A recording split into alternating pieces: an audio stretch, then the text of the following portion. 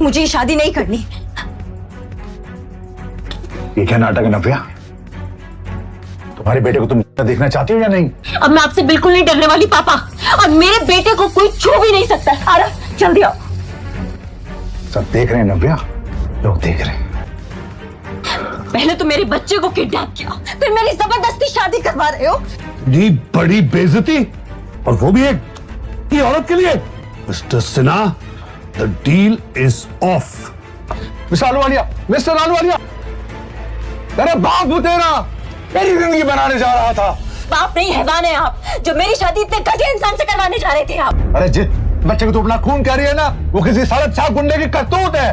आप ठीक कह रहे हैं पापा, मुझे तो इससे अपनी सौतेली बहन कहते हुए भी शर्म आ रही है। के लिए आपने इतना अच्छा रिश्ता ढूंढा था। वो तेरा बच्चा मेरे हाथों से बचोगी नहीं। अगर किसी ने उस बच्चे को हाथ भी लगाया तो मुझसे बुरा कोई नहीं होगा।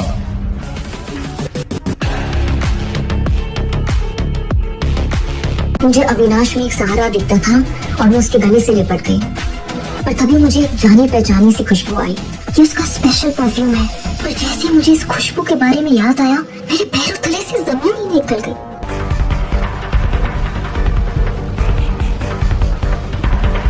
नव्या, क्या तुम मुझसे शादी करोगी अभी इसी वक्त? क्या इससे पहले कि अविनाश के सवाल का जवाब देती, उसकी आंख खुली और उसने अपने आप को हॉस्पिटल में पाया। नव्या को समझ नहीं आ रहा था कि उसके साथ बीते दिनों क्या हुआ था। उसे कुछ अच्छे से याद नहीं आ रहा था। झट से उठकर बैठ गई और आवाज लगाई, आरव। पर उसने देखा कि उसके पास आरव नहीं था, उसके सामने शेखर मौजूद था। आरव कहाँ है? नव्या ने सबसे पहला सवाल किया।